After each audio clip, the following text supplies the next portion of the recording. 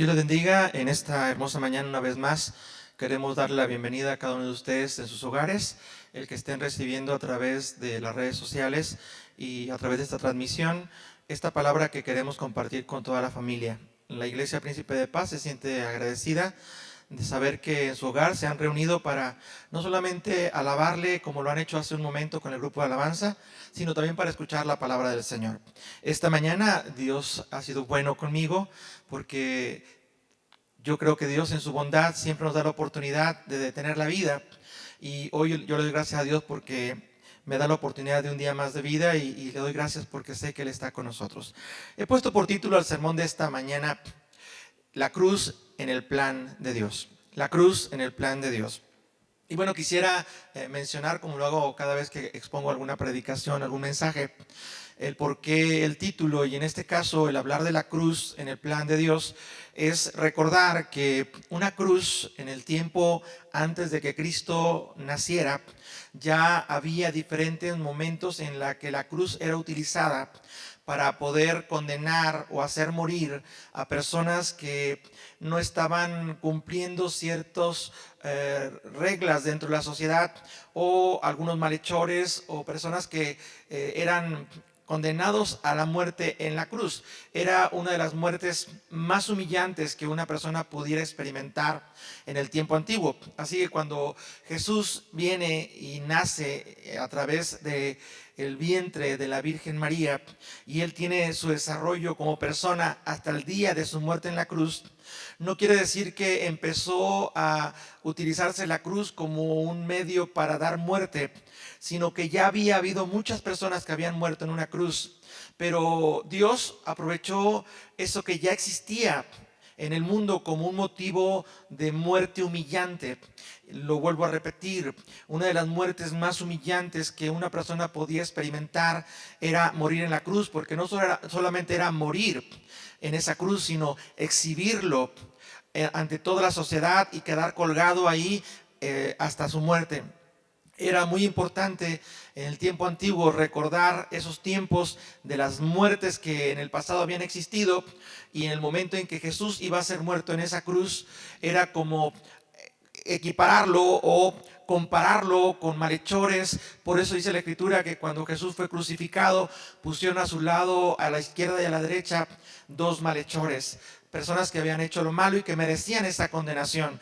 No así nuestro Señor Jesús. Él no merecía morir en la cruz. Al contrario, Él nunca cometió pecado, sino todo lo que hizo fue siempre hacer la voluntad de Dios, y por ese motivo Él tuvo que morir acusado como un alborotador o como alguien que estaba en contra de las cuestiones religiosas de aquel tiempo.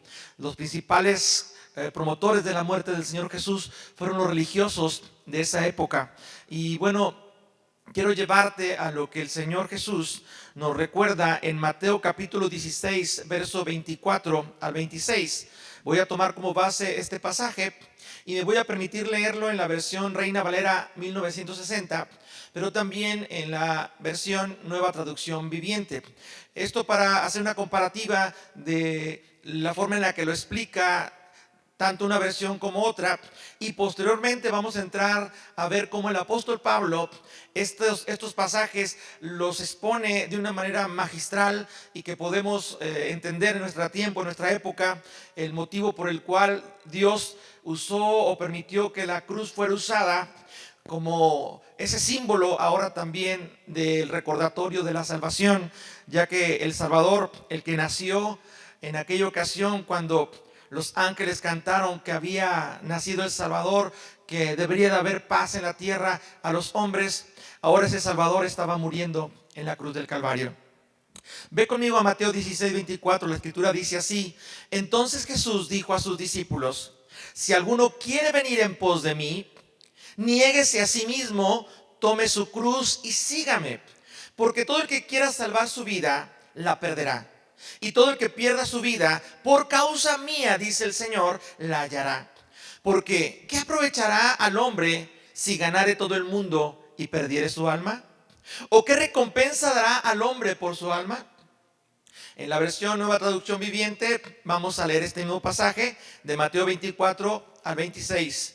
Luego Jesús dijo a sus discípulos: si alguno de ustedes quiere venir o quiere ser mi seguidor, tiene que abandonar su manera egoísta de vivir. Si alguno de ustedes quiere ser mi seguidor, tiene que abandonar su manera egoísta de vivir. Tomar su cruz y seguirme. Si tratas de aferrarte a la vida, la perderás. Pero si te entregas y me entregas tu vida por mi causa, la salvarás. ¿Y qué beneficio obtienes si ganas el mundo entero pero pierdes tu propia alma? ¿Hay algo que valga la pena más que tu alma? Me gusta mucho cómo en la traducción viviente menciona esta frase. ¿Y qué beneficio obtienes si ganas el mundo entero pero pierdes tu alma? ¿Hay algo que valga más que tu alma? Y bueno, el enfoque que notamos aquí del Señor Jesús cuando le dice a los discípulos lo importante que es el tener que negarse a sí mismos para poder seguirlo y tomar la cruz, está hablando de que si nosotros queremos tener la salvación de nuestra alma o queremos perderla. ¿Y qué es más importante? Dice que ni aunque ganemos todas las cosas que el mundo ofrece, vale más que nuestra alma. Así que Jesús dio su vida para salvación de nuestras almas. Así que el motivo de la muerte del Señor Jesús fue la salvación. ¿Y la salvación de qué? De una condenación eterna. Nosotros por nuestros pecados, la Biblia dice que no hay justo ni aun uno, por cuanto todos pecamos, todos estamos destinados a una muerte eterna. Todos tenemos ese impedimento de poder acercarnos a Dios. Pero al morir Jesús por nuestros pecados y perdonarnos, Él salvó nuestra alma de una muerte eterna y permite que tengamos comunión con el Padre a través de Él. Por eso, lo que vamos a estar hablando en torno a este mensaje es el tema de la salvación. La cruz en el plan de Dios es que el plan de salvación de Dios para toda la humanidad, para que no muriera eternamente, era enviar a su Hijo Jesús para que Él muriera en la cruz y a través de su muerte perdonar nuestros pecados y tener la salvación de nuestra alma. Ve conmigo por favor a Filipenses capítulo 2, verso 5 al 11. Y ahí vamos a estar mencionando el desarrollo de este mensaje, de cómo el apóstol Pablo expresa exactamente lo que Jesús está diciéndole a los discípulos, la importancia de que si alguien quiere, porque esto tiene que ser con un querer interno de cada persona. Dios no obliga a nadie a seguirle. Dios solamente te llama para que le sigas y tú tomas la decisión. Por eso dice la Escritura, hablando del Señor Jesús, si alguien quiere, si alguien desea venir en pos de mí, tiene que negarse a sí mismo, tomar su cruz y seguirme. Así que era muy importante que cada persona estuviera consciente de la decisión que estaba tomando. La mayoría de los discípulos, cuando tomaron la decisión de seguir a Jesús, lo dejaron todo, se negaron a sí mismos. ¿Eso qué quiere decir? Renunciaron a lo que ellos poseían, a sus trabajos, a sus familias, dejándolo todo, dice la Biblia, lo siguieron. Así que el seguir a Jesús implica una renuncia a nuestros privilegios, una renuncia a aquellas cosas que disfrutamos en nuestra vida terrenal, para empezar a vivir una vida espiritual caminando al lado de Jesús. Una persona que decide seguir a Jesús es una persona que está consciente que está siguiendo a Jesús porque desea obtener la salvación de su alma. Empezar una nueva vida que lo lleve a una vida eterna. El apóstol Pablo habla a los filipenses y les dice lo siguiente en el capítulo número 2, verso 5, diciendo: haya pues en vosotros este sentir que hubo también en Cristo Jesús. Otra versión dice: haya pues en vosotros esta actitud que hubo también en Cristo Jesús. Y vamos a hablar de actitudes que tuvo el Señor Jesús y que el apóstol Pablo las pone como referencia, como un ejemplo a seguir. Si queremos seguir a Jesús, tenemos que tener la actitud que Jesús tuvo cuando estuvo aquí en la tierra. Dice la Escritura que esa actitud que el Señor Jesús tuvo y que el apóstol Pablo invoca para que sea un ejemplo a seguir, lo empieza a desarrollar en el verso número 6 diciendo: el cual siendo en forma de Dios, no estimó el ser igual a Dios como cosa a que aferrarse. En otras palabras, Él no se aferró a lo que Él era, sino que Él renunció a sus privilegios divinos. El seguir a Jesús también implica el negarnos, implica el no aferrarnos a lo que poseemos. Hablar de aferrarnos a algo es hablar de algo que con el paso del tiempo se ha ganado cierto aprecio o apego a los sentimientos personales hacia una cosa o una persona. Pero cuando tú decides seguir a Jesús, tú tienes que hacer un desapego de esas cosas y hacer a un lado aquello que te pudiera impedir seguir a Jesús. Cualquier cosa que tengamos que dejar, eso es hacer un desapego. Dice la Escritura, hablando el Señor, que cualquiera que deja padre, madre, hermanos, hijos, cualquier cosa por causa del Señor, recibirá 100 veces más. Así que el seguir a Jesús no es perder, es ganar. El seguir a Jesús no es desapegarnos así literalmente de todas las cosas, sino seguimos teniendo una relación con esas cosas, pero nuestra prioridad es nuestro Señor Jesús. Pablo lo define así: ya no vivo yo en aquellas cosas con las que tengo un apego, sino ahora vive Cristo en mí y estoy apegado a Cristo Jesús. Decía o dice un hermoso canto: mi alma está pegada a ti. Eso quiere decir que nuestra alma, cuando sigue a Jesús, nuestro ser, nuestro yo, cuando sigue a Jesús, se apega a las cosas del reino de Dios y se desapega de las cosas del mundo. Por eso el apóstol Pablo, cuando dice que Dios, en el caso del Señor Jesús, no se aferró a lo que Él era, siendo Dios, dice la Escritura, Él vino a ser igual que nosotros. No estimó el ser igual a Dios como cosa a que aferrarse, sino que se despojó a sí mismo, tomando forma de siervo y hecho semejante a los hombres. Es muy importante que pueda expresarte esta mañana lo que es un siervo. Estaba analizando en un diccionario lo que es el significado de la palabra siervo y encontré la siguiente definición: siervo es una persona enteramente sometida o entregada al servicio de otra. Siervo es una persona enteramente entregada o sujeta al servicio. El Señor Jesús nos dice y nos recuerda que si alguien quiere ser el primero entre los que servimos al Señor, dice así: y el que quiera ser el primero entre vosotros será vuestro siervo. Como el Hijo del Hombre no vino para ser servido, sino para servir y para dar su vida en rescate por muchos. Cuando hablamos de que el Señor Jesús, Él no se aferró a lo que Él era, aún teniendo la forma y la imagen de Dios, Él renunció a todo eso, se despojó a todo lo que Él tenía y tomó la forma de siervo hecho semejante a los hombres. Eso quiere decir que el Señor Jesús dejó su trono de gloria, de ser un rey, vino a ser un esclavo, un siervo. Y eso de ser un siervo, aunque en el tiempo bíblico, en el tiempo antiguo, era algo humillante, era un esclavo, era de la clase más baja, pero en este caso Jesús está diciendo que si alguien quiere ser reconocido en el reino de los cielos, tiene que ser el siervo de todos. Por eso el apóstol Pablo, cuando hace esta expresión de que él no se aferró a lo que él era, él no se sujetó al Padre, a las cosas que él tenía apego, a su reino en los cielos, a la autoridad que él tenía, sino él se despojó de toda esa autoridad, se despojó de esa posición para tomar una forma de hombre, de siervo, y nacer como un hombre aquí en la tierra y caminar como nosotros caminamos aquí en la tierra. Y Él nos enseñó a servir, Él nos enseñó a aprender a ser siervos. Porque cuando Jesús estuvo aquí en la tierra, si algo les enseñó a los discípulos fue a servir. Vaya conmigo al verso número 8 de este capítulo número 2 de Filipenses. Dice la Escritura que no solamente Él se despojó a sí mismo tomando forma de siervo, sino que como hombre se humilló hasta a sí mismo siendo obediente. Así que tomó forma de hombre, pero se humilló. Dice, a sí mismo siendo obediente. Y estando en la condición de hombre, se humilló a sí mismo haciéndose obediente hasta la muerte y muerte de cruz.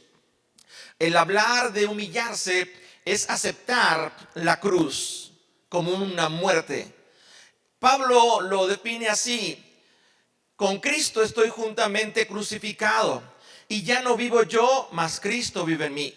Con Cristo estoy juntamente crucificado. Está diciendo, yo me humillo de la misma manera que Jesús se humilló hasta la muerte. Y voy a ser obediente al llamado que Dios me ha hecho, como Jesús fue obediente al Padre en el llamado que le hizo para venir al mundo y dar su vida en la cruz del Calvario para salvar a la humanidad, para poder dar vida a aquellos que teníamos la condenación eterna, pero que ahora gozamos de esa vida eterna. En Romanos capítulo 5, verso 8, el apóstol Pablo dice: mas Dios muestra su amor para con nosotros, en que siendo aún pecadores, Cristo murió por nosotros. El amor de Dios se muestra a través del sacrificio de nuestro Señor Jesús. Dice el Evangelio según San Juan, capítulo 3, verso 16: porque de tal manera amó Dios al mundo, que ha dado a su Hijo unigénito, para que todo aquel que en él crea no se pierda, mas tenga vida eterna. Y es muy enfático este pasaje acerca de la importancia de que Jesús muriera en la cruz del Calvario. Así que nosotros, como hijos de Dios, también es importante que aprendamos a morir en la cruz del Calvario.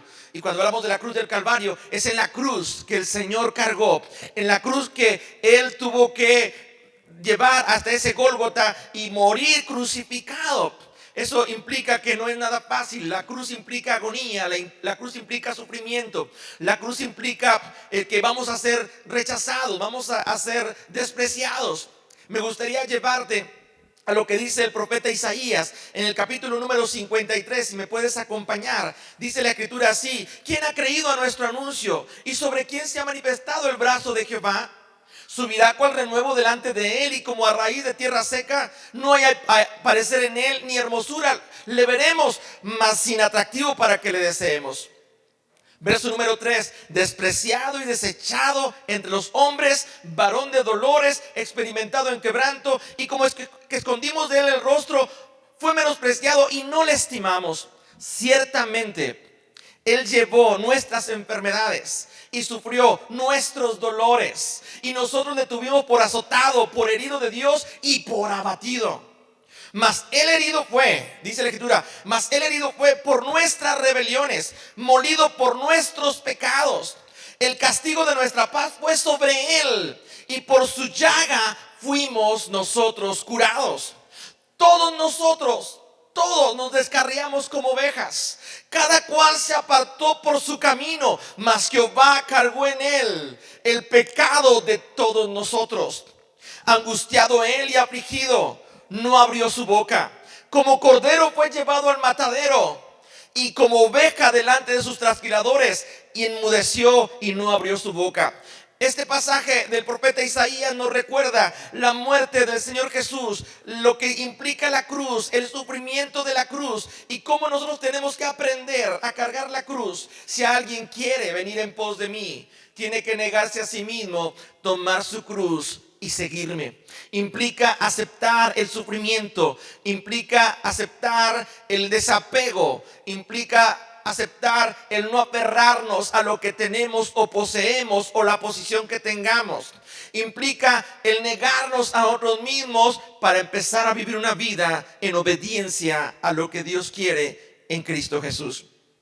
Dice la escritura que en Romanos 5:8, que ese amor fue mostrado de parte de Dios cuando Jesús murió en la cruz por nosotros. Verso 19 de Romanos 5 dice así: porque así como por desobediencia de un hombre, en el caso de Adán, los muchos fueron constituidos pecadores, así también por obediencia de uno, los muchos seremos constituidos justos.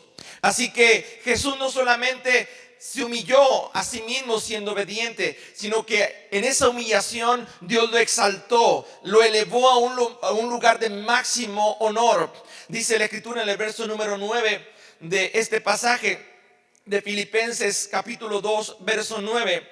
Dice así: por lo cual Dios también le exaltó hasta lo sumo y le dio un nombre que es sobre todo nombre. Quisiera hacer un paréntesis en este punto de cómo Dios exalta cuando uno se humilla.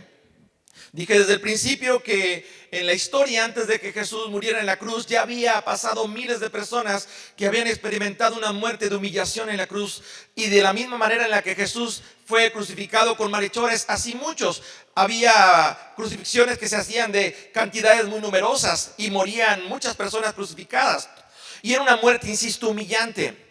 Pero esa cruz dentro del plan de Dios, implicaba que era necesario que Jesús muriera en la cruz, porque era la muerte más humillante que en ese entonces se conocía, y que todo hombre que pudiera experimentar esa muerte no solamente era humillante para él, sino para toda la sociedad como un ejemplo para no hacer lo que esos hombres habían hecho.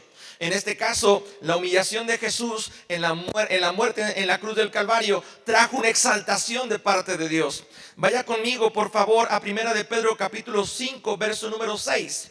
Dice el apóstol Pedro lo siguiente: humillaos pues bajo la poderosa mano de Dios, para que Él os exalte cuando fuere el tiempo. Aunque Jesús fue humillado, fue golpeado, fue flagelado, fue acusado falsamente y fue desnudado literalmente, se le puso una corona de espinas, se burlaban de Él y estaba la humillación constante, como dice el profeta Isaías: meneaban el rostro, volteaban el rostro porque no era agradable el parecer.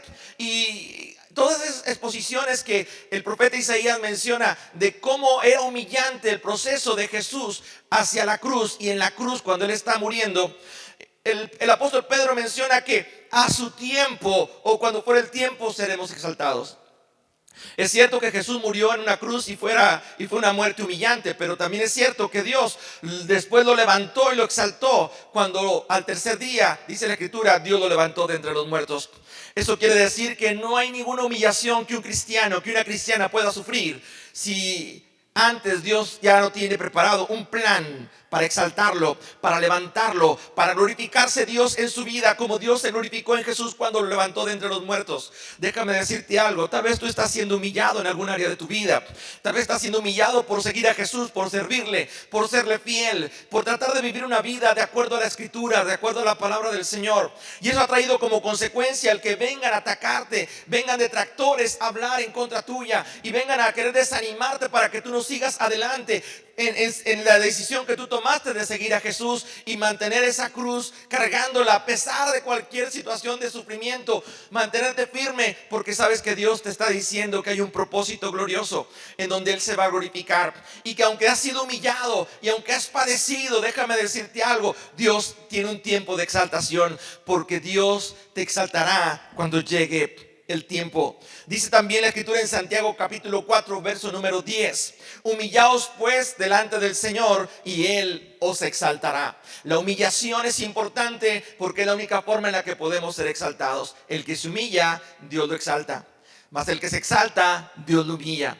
Y en este caso, el Señor Jesús no solamente fue humillado para ser exaltado, dice la Escritura que fue exaltado hasta lo sumo, a una posición de honor, dándole Dios un nombre que es sobre todo nombre, en el cual se doblaría toda rodilla de lo creado en los cielos, en la tierra y aún debajo de la tierra. Porque Dios estableció no solamente una exaltación a lo que era el Señor Jesús en ese tiempo, sino también exaltó un nombre que es sobre todo nombre. En todos los nombres de la tierra no hay ningún otro nombre que tenga un poder tan sobrenatural como el nombre de Jesucristo, el nombre de Jesús.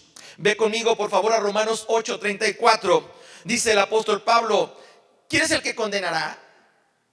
Cristo es el que murió, mas aún el que también resucitó, el que además está a la diestra de Dios, el que también intercede por ti y por mí, el que intercede por nosotros. ¿Quién podrá condenarnos cuando Cristo fue el que murió en la cruz del Calvario para salvarnos? Ya no hay condenación, ahora hay salvación en Cristo Jesús. Dice la Escritura que cuando Jesús murió en la cruz del Calvario, inmediatamente después de su muerte, Él descendió hasta las profundidades de la tierra para arrebatarle a Satanás el imperio que tenía sobre la muerte, el dominio que tenía sobre la muerte. Y Él se lo quitó. Jesús salió victorioso frente a Satanás, y no solamente le quitó esa victoria, ese dominio que tenía sobre la muerte, sino también lo exhibió públicamente.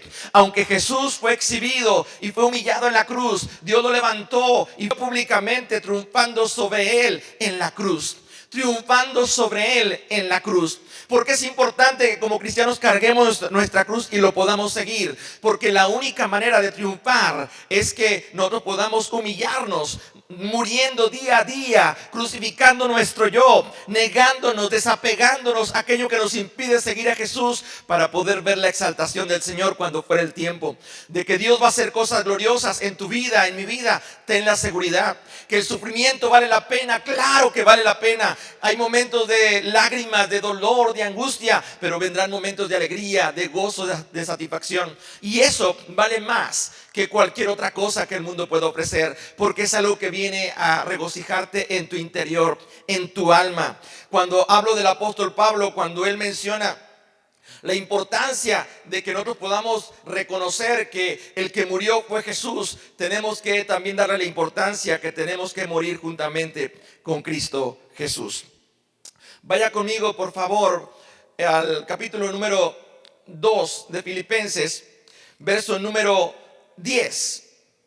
Dice la escritura que Dios le dio un nombre que es sobre todo nombre, y en el cual se doblará toda rodilla, para que en el nombre de Jesús se doble toda rodilla de los que están en los cielos, en la tierra y debajo de la tierra. Y esto estoy hablando de una autoridad que Dios le da a nuestro Señor Jesús, para que reconozcamos esa autoridad y podamos doblar nuestras rodillas delante de Él. El postrarnos delante de Él es reconocer que Él es el Señor y que nosotros somos sus siervos. Que en su momento Él fue el siervo, fue el esclavo y que nos sirvió a nosotros. Pero ahora dice la escritura, como Él fue el servidor, ahora Él es el mayor entre nosotros. Ahora somos sus siervos. Ahora Él es el Señor de señores. Ahora es el que merece nuestro servicio, nuestra obediencia. Así como Él fue obediente hasta la muerte y muerte de cruz, ahora nosotros tenemos que obedecerle hasta la muerte. ¿Quién nos separará del amor de Cristo? Angustia, persecución, enfermedad, espada, peligro, hambre, desnudez. ¿Qué nos podrá separar del amor de Cristo? Nada ni nadie podrá separarnos del amor de Cristo, que es en Cristo Jesús, porque ni aun la misma muerte podrá ser más fuerte que el amor que tenemos a nuestro Señor para salvar nuestra alma. Ve conmigo, por favor, a Hechos capítulo número 16, verso número 30. Es muy importante que reconozcamos a Jesús como el Salvador y que podamos proclamarlo con nuestra boca y creerlo en nuestro corazón. Dice la Biblia que lo que creyeres en tu corazón tenemos que declararlo con nuestra boca. Dice Hechos capítulo 16, verso 30. Y sacándolo les dijo: señores. Estamos hablando de un carcelero que tenía allí a Pablo y a Silas, los tenían encarcelados. Dice la escritura que cuando estaban ellos encarcelados, ellos empezaron a cantar, ellos empezaron a adorar al Señor. Y de repente hubo un estruendo ahí, un terremoto que hizo que los grilletes se trozaran y todos fueran libres. Y este carcelero se quiso quitar la vida. Y entonces Pablo clamó a gran voz diciendo: hey, no te quites la vida, aquí estamos todos, nadie ha escapado. Y entonces el carcelero le dice y le pregunta a los apóstoles: señores, ¿qué debo de hacer para ser salvo? Tal vez en tu casa, en tu familia, habrá esta pregunta: ¿qué tengo que hacer para ser salvo? Y ellos le respondieron, verso número 31, cree en el Señor Jesucristo y serás salvo tú y toda tu casa. Y le hablaron de la palabra del Señor a él y a todos los que estaban en su casa. Cuando este carcelero escuchó la palabra del Señor, creyó en Jesús como Salvador, y no solamente creyó en Jesús como Salvador, sino que lo aceptó en su corazón como el Salvador. Cree en el Señor Jesucristo y serás salvo tú y toda tu casa. Es muy importante el mencionar que el creer en el nombre de Jesús, creer en Jesucristo como el Salvador, va a traer en tu vida una serie de manifestaciones de la presencia de Dios que van a trascender en toda tu vida y en todo lo que tú vives en el entorno donde tú te desenvuelves. El nombre de Jesús era tan importante a partir del momento en el que el Señor resucitó, porque no era cualquier nombre. Era un nombre que tenía autoridad. Era un nombre que cuando se declaraba, los enfermos sanaban. Los espíritus o las personas que estaban endemoniadas eran liberadas. En el nombre de Jesús, las personas podían ser liberadas de toda opresión del enemigo. Había una autoridad poderosa en el nombre de Jesús, y esa autoridad sigue latente hasta el día de hoy. Termino con esto. Dice la escritura en Juan 14, verso 13 y 14. Todo lo que tú pidas al Padre en mi nombre, lo haré, para que el Padre sea glorificado en el Hijo. Si algo pidieres en mi nombre, yo lo haré. Todo lo que pidas en mi nombre. La importancia de pedir en el nombre de Jesús. Dice, lo haré. Y todo lo que pidas al Padre en mi nombre, también Dios lo hará. Así que esa es nuestra fe. Que si le pedimos al Señor que perdone nuestros pecados, que si hicimos una vida antes de conocer al Señor fuera de los principios divinos y que ahora reconocemos que hemos pecado y que hicimos lo malo delante de Dios y que continuamente hicimos cosas que no le agradaron a Él, podemos decirle al Señor esta mañana, perdóname. Perdóname, yo ya no quiero ser así, ya no quiero vivir así. Perdóname mis pecados del pasado y perdóname estos pecados del presente. Yo quiero tener vida eterna, yo quiero tener la salvación. Dice la Escritura que si uno confiesa sus pecados y se aparta, alcanza misericordia. Hoy, esta mañana, hay una misericordia para ti. Si tú le pides al Padre que te perdone todos tus pecados, en el nombre de Jesús, esta mañana tus pecados serán perdonados, serás limpio de tu pecado, porque Dios lo va a hacer. Así lo dijo el Señor Jesús, y tenemos que creer a su palabra y creer en el nombre de Jesús. En San Juan capítulo 16, verso 23, dice el evangelista lo siguiente: en aquel día no me preguntaréis nada, dice el Señor Jesús. De cierto os digo, que todo cuanto pidiereis al Padre en mi nombre, os lo dará. Hasta ahora no habéis pedido en mi nombre. Pedid en mi nombre. Y si tú pides en mi nombre, escucha bien, pedid en mi nombre y yo lo haré. Cuando habla el Señor Jesús de la importancia de pedir en su nombre, está hablando de la importancia de creer que Él vino al mundo a morir en la cruz para el perdón de nuestros pecados. Hoy quiero decirte que Jesús sigue siendo el mismo de ayer, el mismo de hoy y el mismo de siempre. Cuando hablamos del perdón de los pecados, estamos hablando de que el plan de Dios en la cruz no es otra cosa más que el darte una vida eterna.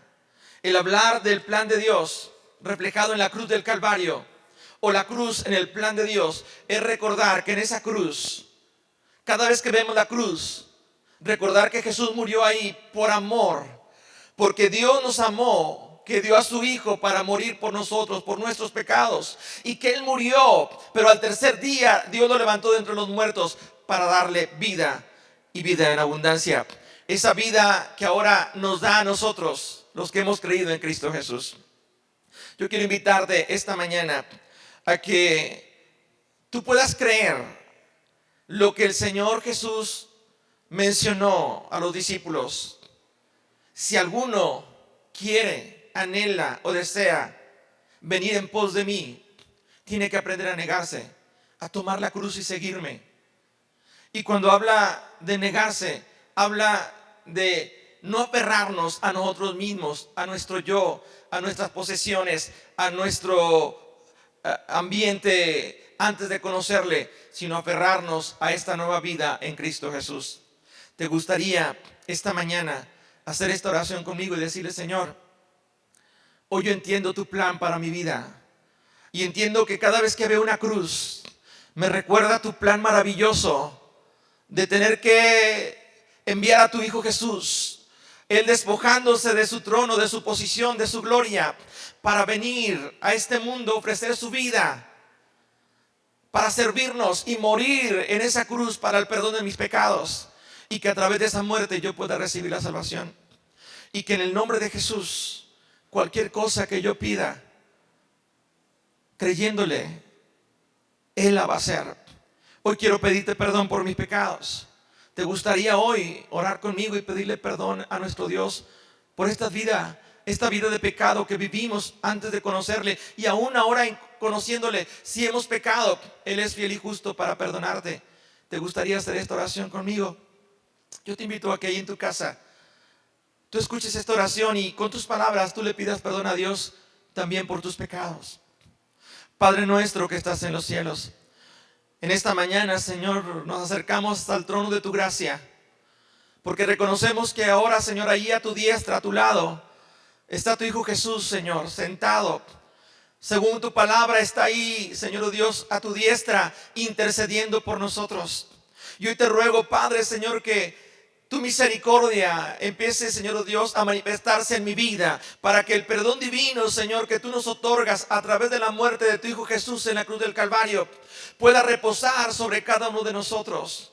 Y la sangre que Él derramó en la cruz del Calvario nos limpie de todo pecado y podamos presentarnos justos delante de ti. Hoy te pedimos perdón, Señor, por nuestros pecados y por aquellos pecados, Señor Dios, que aún no recordamos, pero que, Señor, tú estás consciente. Y que hoy, Señor, queremos, Señor Dios, retener, aferrarnos a esa salvación que tú ya nos diste a través de la muerte de tu Hijo Jesús. Hoy, una vez más, reconocemos a Jesús como el Salvador. Lo reconocemos como el Señor de señores, como el Rey de reyes. Pero también, Señor, hoy queremos darte gracias por lo que tu Hijo Jesús hizo en esa cruz para perdonarnos y salvarnos. Pero también queremos darte gracias a ti, Padre, por lo que tú hiciste a través de ese plan maravilloso de salvación, a través de esa cruz. Una cruz dentro del plan divino para salvarnos. Gracias, Señor. Amén, Señor. Amén. Quiero invitarte esta mañana a que tú tengas esa experiencia de saber que eres un hijo de Dios. Porque la Biblia dice que todo aquel que recibe a Jesús en su corazón como Salvador, Dios le da el privilegio, la potestad o la autoridad de ser hecho un hijo de Dios, una hija de Dios. Hoy tú eres una hija de Dios y quiero invitarte a que empieces a negarte a ti mismo, a ti misma. No te aferres ya a las cosas del mundo y empieza a vivir una vida caminando con Jesús, viviendo una vida nueva, una vida que te aferres a esa vida eterna que solamente Jesús te puede dar. Dios te bendiga. Nos vemos la próxima semana.